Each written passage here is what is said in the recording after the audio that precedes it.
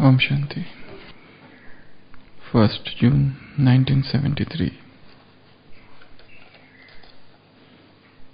अभी तो समय ऐसा आ रहा है जो सारे भंबोर को जब आग लगेगी, उस आग से बचने के लिए कुछ मुख्य बातें आवश्यक है।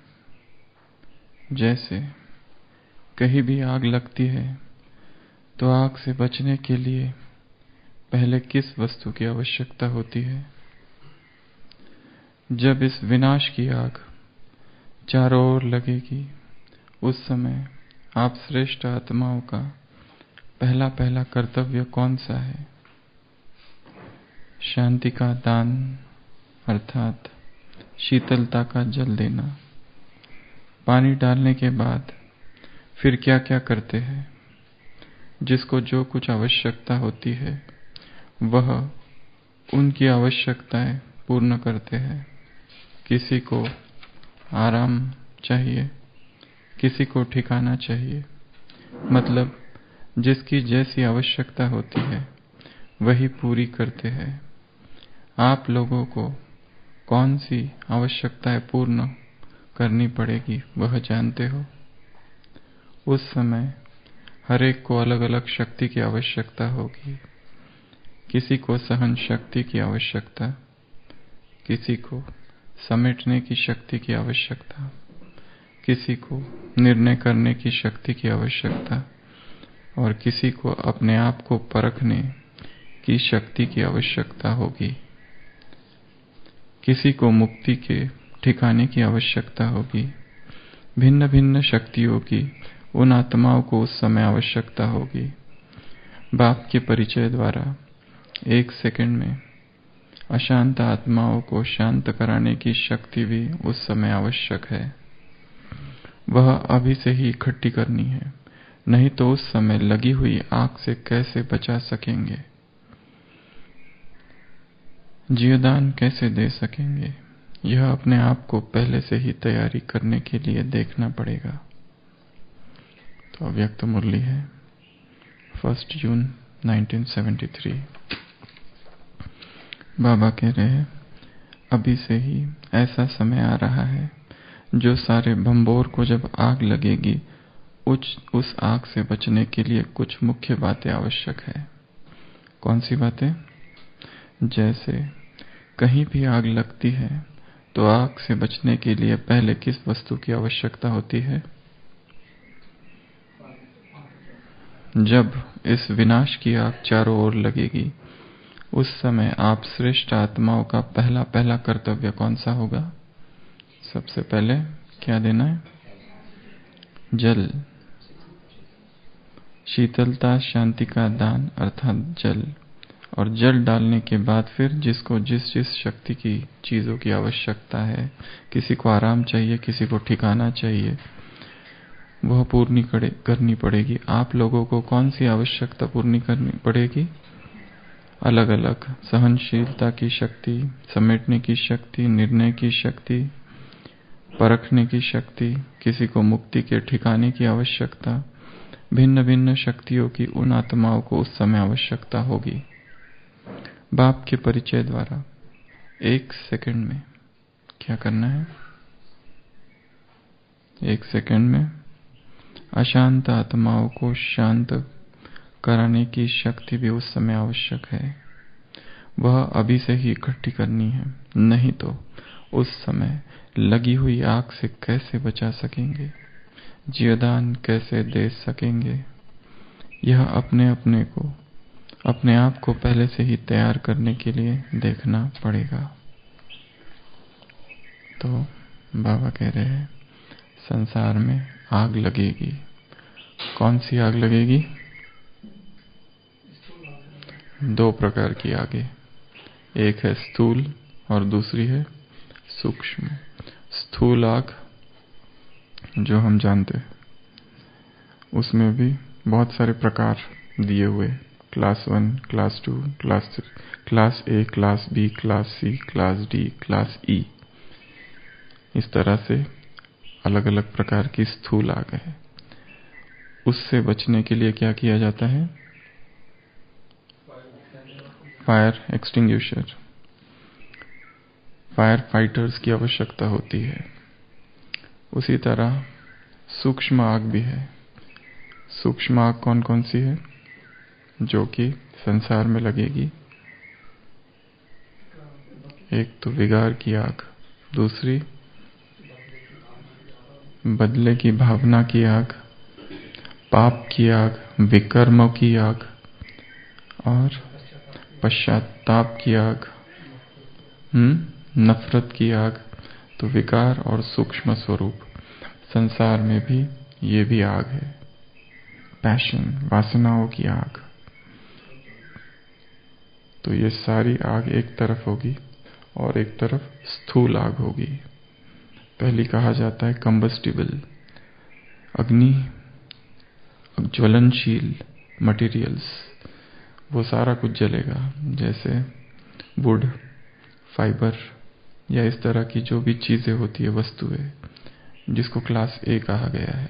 एशिया में हर देश का अलग अलग है, यूरोप का अलग है, यूएस का अलग है। एशिया में क्लास ए कंबस्टिबल मटेरियल। दूसरा होता है फ्लेमेबल गैसेस, गैस। ऐसे बहुत सारे गैस है कि वहां अगर आग लग गई तो चारों ओर फैल जाती है। अभी अभी जो मुरली चली थी अव्यक्तवाणी 83 संडे की, जिसमें बाबा ने कहा था 84 में कुछ होगा, कुछ तो होगा।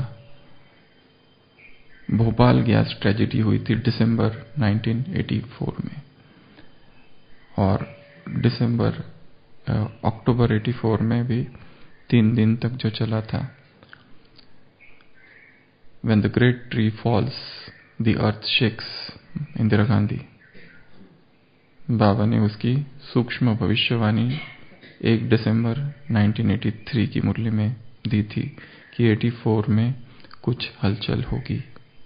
तो एक तो ये थी कि हजारों 31 अक्टूबर से लेके तो 3 नवंबर तक 3 या 4 दिन सिख राइट्स हुए थे 84 में, जिसमें 8000 से भी ज्यादा हत्याएं हुई थी। सरकारी आंकड़े 3000 थे, पर 8000 से भी ज्यादा। और ये जो भोपाल गैस ट्रेजेडी, तो आग अलग अलग तरीके से लगाई जाएगी।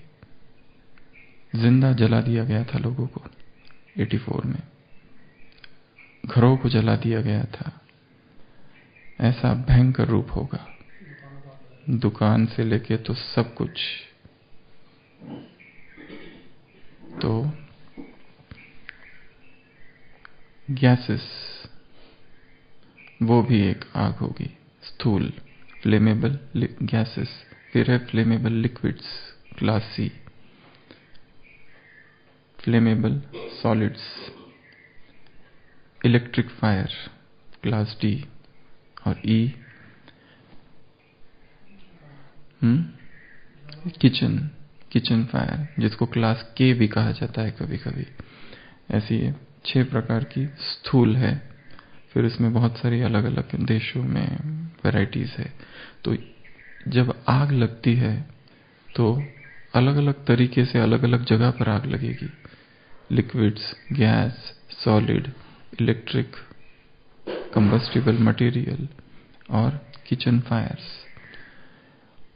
एक ही आग लग जाती है तो कितना जबरदस्त नुकसान होता है। जब एक साथ हर तरह की आग लगेगी तो किस तरह के गैसेस वातावरण में क्या होगा, कैसा होगा। एक तो स्थूल आग लगेगी चारों ओर, और दूसरी तरफ सूक्ष्म आग लगेगी, और सूक्ष्म आग उस आग से ज्यादा जलाएगी। आत्मा के लिए कहा जाता है नैनम छिंदन्ति शस्त्राणि नैनम दहति पावक।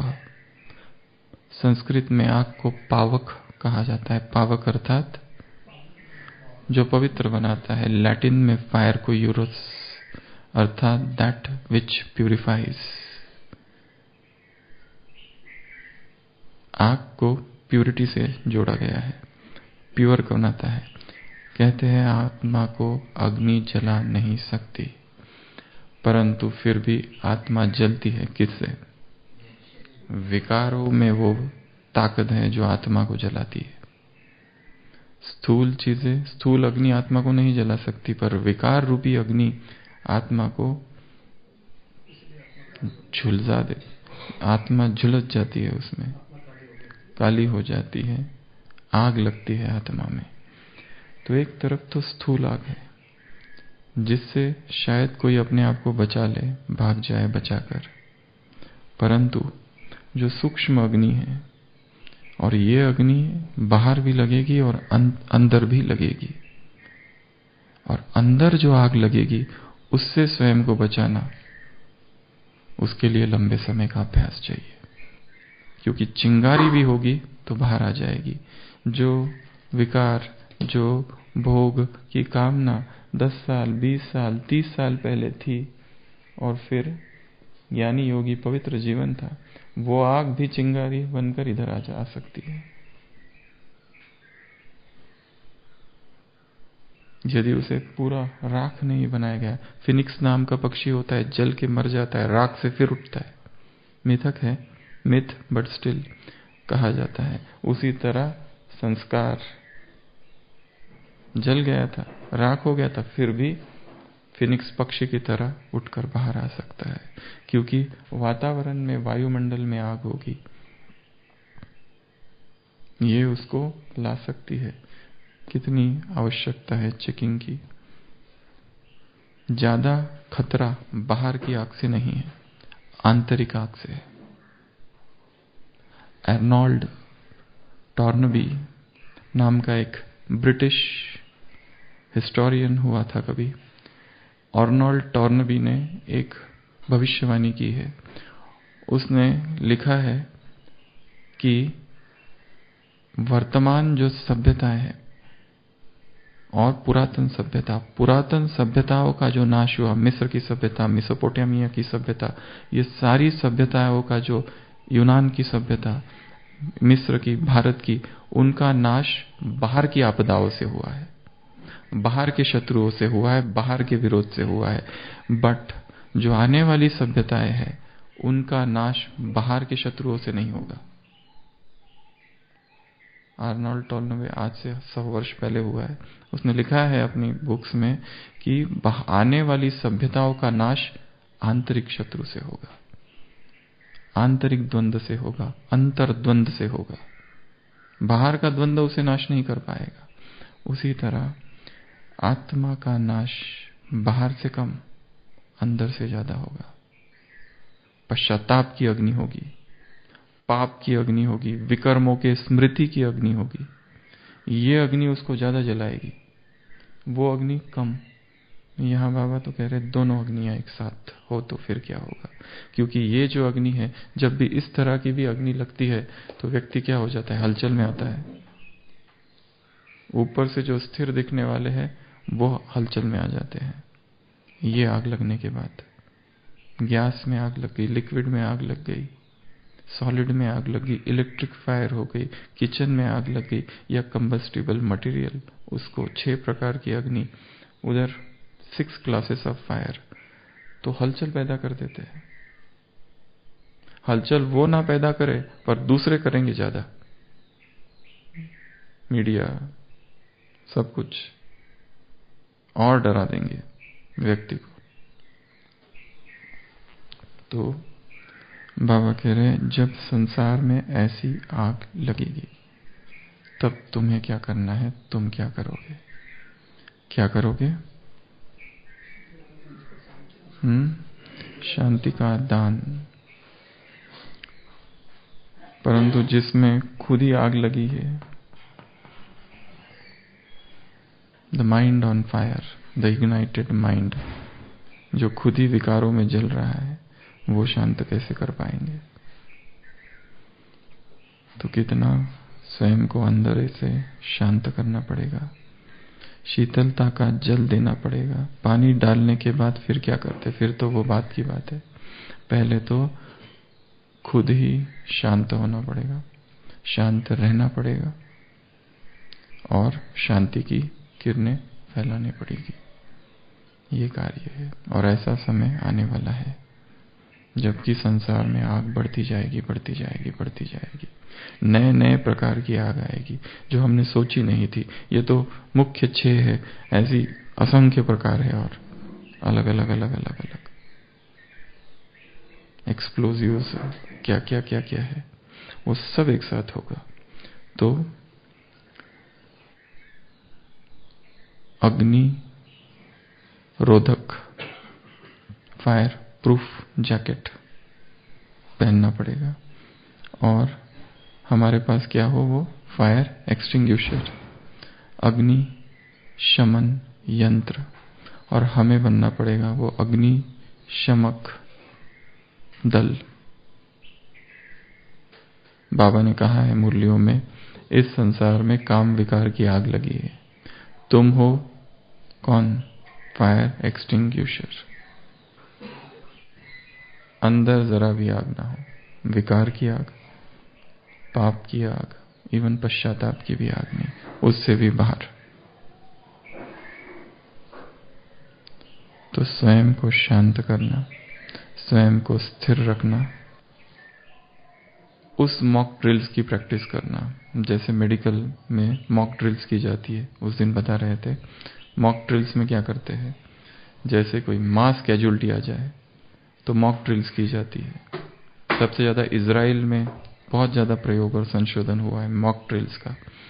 कैसे इमरजेंसी 100 पेशेंट्स, तो मॉक ड्रिल्स कैसे क्या की जाए, कैसे ट्राइज किया जाए, वैसे ही स्पिरिचुअल मॉक ड्रिल्स की आवश्यकता है कि संसार में चारों तरफ पाप, विकर्म, विकार, काम, क्रोध एक साथ आग लगी है और हमें फायर फाइटर बनकर खुद की भी रक्षा करनी है, उनकी भी रक्षा करनी है। ऐसे नहीं कि उनकी रक्षा करने गए और हम खुद जल गए। अपने को भी बचाना, उनको भी बचाना।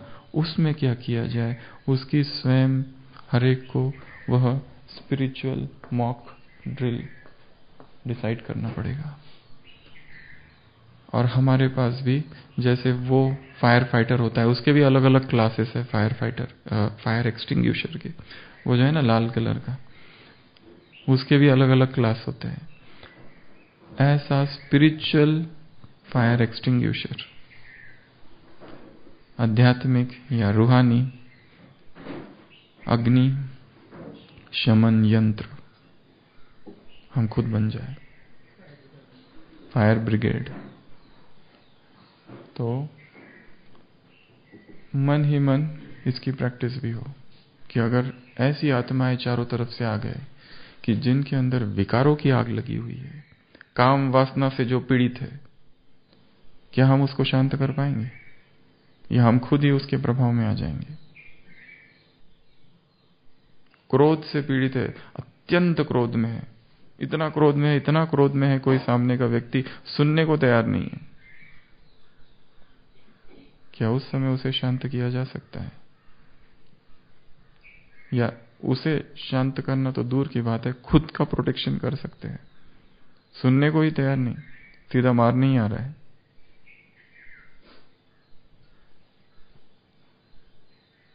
क्योंकि संसार की आत्माएं तो अनजान है ना, उन्हें तो पता ही नहीं। आने वाले संडे में बाबा ने बहुत अच्छा शब्द प्रयोग किया है संसार की आत्माओं के लिए।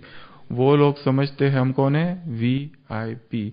बाप कहते हैं वो है वेरी इनोसेंट पर्सन।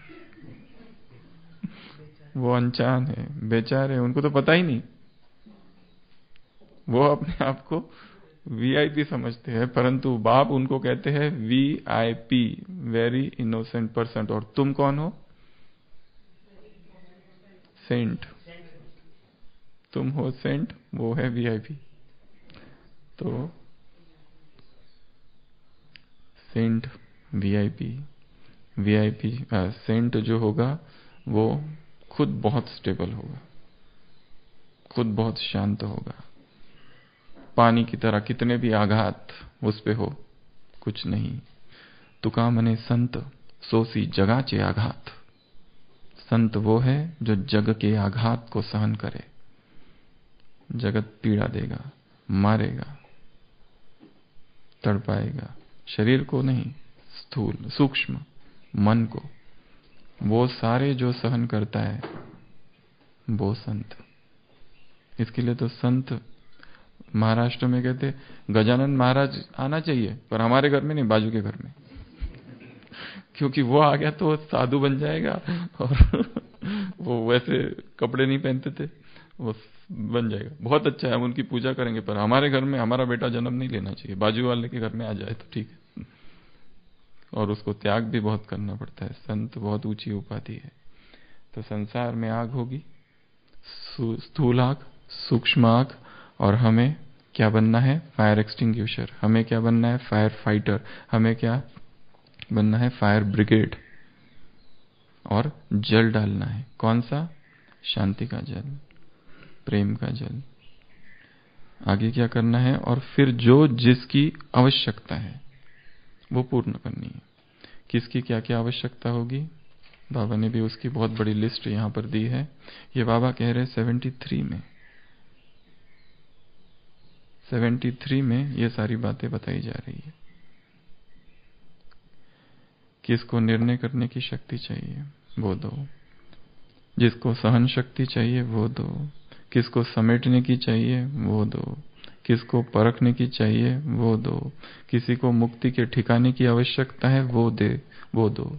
जो जे वांछिल तो ते लाहो प्राणिजात।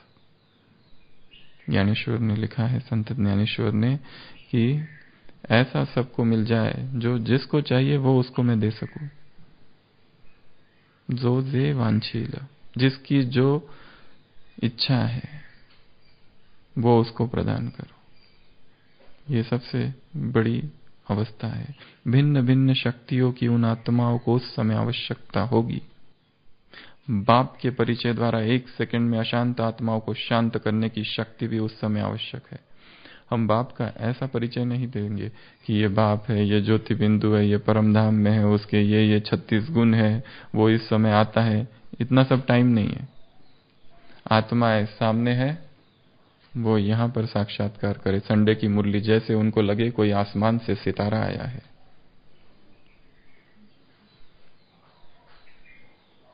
केवल इशारा कि ये तुम्हारा बाप है बस, और आत्माओं को अनुभव हो जाए। उसके लिए हमारा उससे उतना गहरा कनेक्शन चाहिए। तो उस समय आवश्यकता है वह अभी से ही इकट्ठी करनी है। क्या इकट्ठा करना है? Spiritual powers. अपने अंदर स्पिरिचुअल पावर्स भरनी है। महाभारत में 3 प्रकार के बलों की चर्चा है। बाहुबलम, भीष्म शैया पर लेटा हुआ है, युधिष्ठिर सामने है, उसको समझा रहा है ज्ञान कि सुन, 3 प्रकार के बल है। बाहु स्थूल, परंतु उससे भी शक्तिशाली है बुद्धि बल। एक साइंटिस्ट होता है, पतला दुबला सा होता है परंतु क्या? हाँ, जैसे हॉकिंस, पतला दुबला होता है, पर उसके पास कौन सी शक्ति होती है? बुद्धि का बल होता है, इंटेलेक्चुअल पावर्स। स्थूल शायद नहीं है, पर इंटेलेक्चुअल है। तो ज्यादा कौन है शक्तिशाली? स्थूल। हमारे पास आईसीयू में एक बॉडी बिल्डर आया था जो कि नेशनल लेवल का वो था, क्या कहते हैं उसको, रेसलर। तो वो ऐसे पूरा उसका क्या कहते हैं, 6 पैक्स, वो ऐसा था, और उसको लूज मोशन हो गया था। तो उसको लाइन लेने गए थे तो वो रोने लगा बोला मैं ये नहीं, मैंने आज तक सुई नहीं लगाई है, मैं नहीं सहन कर पाऊंगा। और इतना रोया, उसको एकदम ऐसे पकड़ के रखा था। तो वो एकदम वो था तो एक है शारीर, दूसरा है बुद्धि का बल, तीसरा उससे भी और एक शक्तिशाली है आत्मबल, योग बलम, बाहुबलम, बुद्धि बलम, योग बलम। बुद्धि बल से आत्मा आईएएस बन सकती है, आईएएस ऑफिसर। पर कोई ब्राइब देने आए, उसको रेजिस्ट करने का पावर थर्ड को है। इंटेलेक्चुअली बहुत आगे जा सकता है कोई, परंतु नॉट सबसे शक्तिशाली व्यक्ति इस संसार में वो है जिसके पास आत्मबल है। महात्मा गांधी के पास क्या था? बुद्धिबल। उससे ज्यादा इंटेलेक्चुअल बहुत सारे लोग थे संसार में। शारीरिक बल तो आत्मबल, self control is the greatest power in the world. Self control जिसके पास है वो सबसे बड़ी शक्ति है, उससे बड़ी और कोई शक्ति नहीं है। बाकी सारी शक्तियां फेल हो जाती है। शरीर का बल फेल हो जाएगा। इंटेलेक्ट, अगर कोई इंटेलेक्चुअल व्यक्ति है, एक हमने बचपन में एक मूवी देखी थी मराठी, उसमें दिखाया था एक सर्जन है और वो सर्जन इतनी परफेक्ट है, वो इतनी परफेक्ट है कि उसको सब याद है। 2 पेशेंट्स एक साथ आते हैं 20 साल पहले, दोनों के एक को इधर गांठ है राइट साइड में, एक को लेफ्ट साइड में, उसमें दिखाया है। वो 20 साल के बाद भी जानती है कि ये पेशेंट को राइट साइड थी और ये पेशेंट को लेफ्ट साइड थी। इतनी स्ट्रांग इंटेलेक्ट है उसका और इतनी फेमस है, इतनी फेमस है, बाकी सब उससे थोड़ा बहुत ईर्ष्या करते हैं हॉस्पिटल में। और उसके जीवन में उस मूवी में दिखाया है एक ऐसा इंसिडेंट हो जाता है कि अचानक उसके पिताजी आ जाते हैं, जो कि जिस पिताजी ने, उसको ऐसा था कि इस पिताजी ने मेरी मां को मारा है, और वो आके कहता है कि मैंने तेरी मां को नहीं मारा है, और वो एकदम से डिस्टर्ब हो जाती है, एकदम से डिप्रेशन में ही चली जाती है। उसकी वो पूरी स्किल्स ऑपरेशन करते करते हाथ ऐसे ऐसे कपने लगते, जबकि वो टॉप लेवल की थी। इंटेलेक्चुअल स्ट्रेंथ बहुत ज्यादा था उसके पास, पर एकदम इमोशनल डिस्टरबेंस आ गया और उसकी सारी स्किल सब कुछ वो चली गई, कुछ भी नहीं रहा।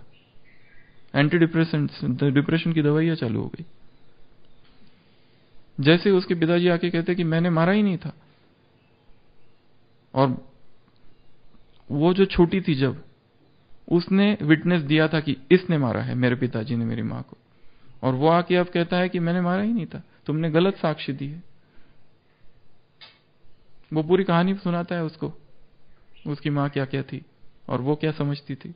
वो डिस्टर्ब हो जाती, गॉन, पूरा डिप्रेशन। तो ये जो स्ट्रेंथ है, इंटेलेक्चुअल स्ट्रेंथ इज गुड, पर उससे भी बड़ी शक्ति जो है, जो आत्मा को स्थिर, अचल, अडोल रखती है, वो है स्पिरिचुअल पावर, आत्मबलम।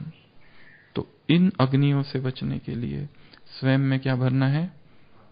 आत्मबल, स्पिरिचुअल पावर से स्वयं को। बाबा के शब्द क्या है देखो, वह अभी से ही इकट्ठी करनी है। हमारा समय किस में जा रहा है? स्पिरिचुअल पावर से भरने में जा रहा है या केवल संसार और संसार की चीजों में जा रहा है? आंतरिक हमारे पास जो समय है, उस एक एक समय को कौन कैसा बिता रहा है? बाहर के कार्य और फिर एकांत में अकेले में बैठकर व्यक्ति क्या करता है? बंद कमरे, खिड़कियां बंद, दरवाजे बंद, अकेले में जो वो कर रहा है वही वास्तव में उसका चरित्र है। हम एकांत में बैठ के क्या कर रहे हैं? स्पिरिचुअल पावर से भर रहे हैं या और कुछ कर रहे हैं? इंटरनेट खाली सामने है, जो चाहे वो देखा जा सकता है। देख क्या रहे हैं? वासना की तृप्ति कर रहे हैं या आत्मा को शक्तियों से भर रहे हैं? आत्मा को भर रहे हैं या रिक्त कर रहे हैं? सटल स्पिरिचुअल पावर से स्वयं को भरना है। The greatest power, the highest काम आर फेड। स्वामी विवेकानंद ने कहा है, सबसे ज्यादा शक्ति तब होगी जब सबसे शांत कोई होगा। हाईएस्ट साइलेंस जहां होगा वह हाईएस्ट स्पिरिचुअल पावर्स मैनिफेस्ट करेगी।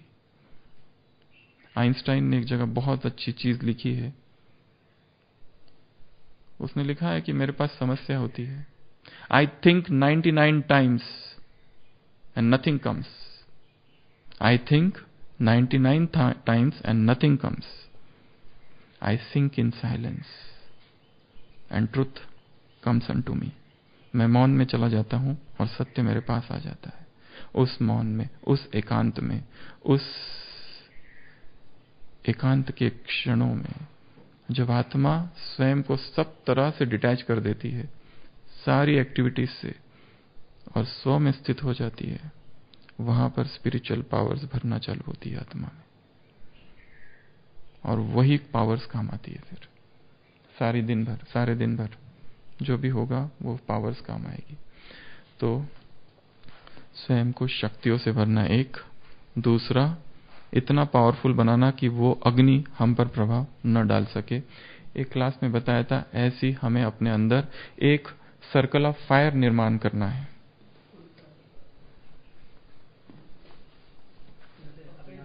ये परमानेंट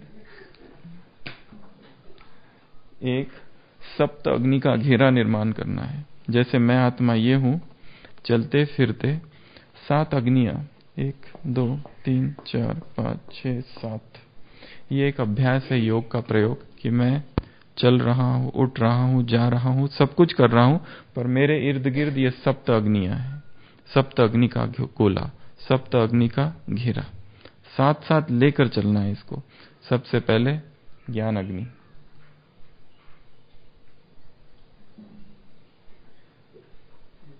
निरंतर पॉइंट्स का चिंतन करते रहो, ज्ञान की पॉइंट्स का। बुद्धि में नेक्स्ट संडे की जो मुरली है उसमें बाबा ने कहा है, बुद्धि में पॉइंट्स को निरंतर सोचते रहो, ये रत्न है, खेलते रहो। ज्ञान की अग्नि। दूसरी है पवित्रता की अग्नि, प्यूरिटी की power, fire of purity, fire of knowledge, fire of purity. ऐसा कोई कर्म ना हो, ऐसा कोई इमेजिनेशन ना हो।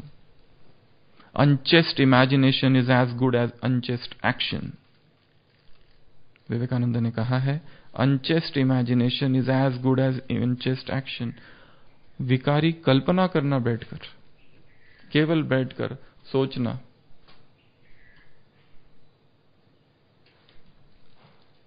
किसी का प्यार मिल रहा है, किसी का हाथ पकड़ के ही घूम रहे हैं, ऐसा ही दिखाया जाता है, देखते हैं लोग और सोचते हैं मुझे भी कोई ऐसा कोई साथी मिल जाए, किसी को घुमा ही रहे हैं। अनचेस्ट इमेजिनेशन, कर्म तो किया ही नहीं हो, ना ही करने की कोई संभावना है, परंतु रमन आत्मा इसमें कर रही है। अनचेस्ट इमेजिनेशन, सेंसुअल फैंटेसीज, केवल सोच रही है, आहा, और आनंद का अनुभव कर रही है। This is as good as unchaste action. Unchaste action, अपवित्र कर्म से जो शरीर में बदलाव होगा, वही अनचेस्ट इमेजिनेशन से भी वही परिवर्तन होंगे। वही उत्तेजनाएं इमेजिनेशन में भी है। Imagination is powerful than knowledge, Einstein ने कहा है। ज्ञान से भी ज्यादा शक्तिशाली इमेजिनेशन है। Purity, purity, fire of purity की अग्नि, दूसरा। तीसरा, फायर ऑफ योगा, योग अग्नि। योग की अग्नि निरंतर जला के रखो तो क्या होगा? अरविंद भाई, आपने क्लास कराई थी, जानवर नहीं आएंगे, माया रूपी जानवर नहीं आएंगे। योग अग्नि। चौथा, वैराग अग्नि, संसार से वैराग। Vanity of vanity, all is vanity. Upanishad के वाक्य है, vanity of vanity, all is vanity, सब कुछ व्यर्थ है, यहां कुछ भी सार नहीं है। वैराग की परिभाषा उपनिषदों में केवल 2 शब्दों में दी है, शरीर मिट्टी, संसार असार। इसे कहा जाता है वैराग। इसमें सारा सब कुछ आ गया। शरीर मिट्टी है, खिलौने से खेल रहे हैं, मिट्टी से खेलना है, चाहे उसको ठीक कर रहे हैं, चाहे उसकी देखभाल कर रहे हैं, चाहे दूसरों के मिट्टी को ठीक कर रहे हैं, कुछ भी, सब आ गया उसमें। है ये मिट्टी, शरीर मिट्टी और संसार असार। अनित्यम असुखम लोकम। हे अर्जुन सुन, ये संसार अनित्य असुख है, लोकम है। तो चौथी योग अग्नि, वैराग अग्नि, तपोग्नि। तप की अग्नि, तप करना है, आंतरिक साधना। अगली त्याग अग्नि, त्याग की अग्नि, परमात्मा प्रेम की अग्नि, और 7th लगन की अग्नि। सप्त अग्नि का घेरा हमारे इर्द गिर्द हो, परमात्मा प्रेम की अग्नि। और इन चीजों के लिए जो जो चीजों की आवश्यकता है उन चीजों को लाना है। कल एक बहुत सुंदर अनुभव हमको हुआ कि ये जो मिनिस्टर क्वार्टर है वहां से जा रहे थे तो अचानक एक सुगंध, कुछ अगरबत्ती थी वहां पर। जैसे ही वो अगरबत्ती की सुगंध आई, वो वही अगरबत्ती थी जो हमने 15-20 साल पहले किसी आश्रम में बैठकर एकदम से अशरीरी जब हो गए थे, वही सुगंध कल आई वहां पर। और एकदम से जैसे आया, यहां से सीधा वो 10-15 साल पूरा पहले चले गए 2002 में। और वहां उस दिन जो हुआ था 2002 में, उस आश्रम में जहां हम बैठे थे, सारे सन्यासी बैठे थे और हम उनके बीच में बैठे थे, और वो मृदंग बज रहा था और वो सुगंध चल रही थी और वो गीत बज रहा था, खंडन भव बंधन वंदितो माए। और ऐसे लगा कि बस यहां से सीधा केवल वो सुगंध आई और एकदम से अशरीरी हो गए। और वो उस समय जो भगवान को पाने की तड़प, प्यास, भगवान क्यों नहीं मिल रहा है, ये सारा वैसे के वैसे इधर प्रकट हो गया। तो हम सोच रहे थे एक सुगंध में इतनी शक्ति है कि आत्मा को 15 साल पीछे छोड़ भेज देती है। यदि ऐसी ही स्मृतियां सतयुग, द्वापर, सतयुग, त्रेता युग किया जाए तो हम सीधा उस स्वरूप में स्थित हो जाएंगे जहां पर विकर्म असंभव हो जाएंगे। केवल स्मृति की बात है। और जैसे ये स्मृति का बताया, वो क्योंकि वो सुगंध हमने इतने 15 साल में वही अगरबत्ती की सुगंध आज तक नहीं सूंघी कभी। वो वही थी, एग्जैक्ट वही जो 15 साल पहले की थी। और वो सूंघते ही ऐसा लगा कि बस हम वहीं पहुंच गए हैं और अशरीरी हो गए। परंतु हर एक की अपनी अपनी होगी, हर एक की अलग अलग होगी, हर एक का गीत अलग अलग होगा। जैसे आप बाबा के ज्ञान में पहले दिन मधुबन में आए और बाबा, जैसे एक बहन ने अनुभव सुनाया था, बाबा ज्ञान में आए, मधुबन में कोर्स किया और आ गई और किसी ने बिठा दिया बाबा के इधर कमरे में और एकदम से गीत बज गया कमरे में या शांति स्तंभ में, और गीत बज गया, भगवान हमारा साथी है। और उसने कहा कि इतने आंसू आने लगे, इतने आंसू आने लगे, क्या बताऊं। पहली बार, पहला ही यज्ञ का उसने वो गीत सुना, भगवान हमारा साथी है, हम उनके संग संग चलते हैं। अब वो जो गीत है उसके लिए सबसे विशेष गीत है। बाकी लोग तो गीत सुनते हैं, गीत पूरा भी हो जाता है, पता ही नहीं चलता है कौन सा गीत बजा। हम तो अपने अमृत वेला सकाश देने में ही लगे थे, 4:45 बजे वो गीत बजा, हमें पता ही नहीं, पूरा भी हो गया। पर उस आत्मा के लिए वो गीत विशेष है। ऐसे ही हर आत्मा के लिए कोई गीत, कोई संगीत, कोई स्थान, कोई व्यक्ति, कोई प्रसंग, कोई समय, कोई खुशबू विशेष हो सकती है। वो आते ही, क्योंकि वो जो अनुभव था वहां का, वो इतना स्ट्रांग था, इतना स्ट्रांग था, इतना स्ट्रांग था कि उसमें वो बाबा कहते हैं ना, सेकंड में अनुभव होता है। हम हमेशा सोचते सेकंड में कैसे अनुभव हो सकता है। हम तो पूरा 1 घंटा भाषण धुआंधार करने के बाद में भी किसी को अनुभव नहीं होता है। ये सेकंड में अनुभव कैसे कराए।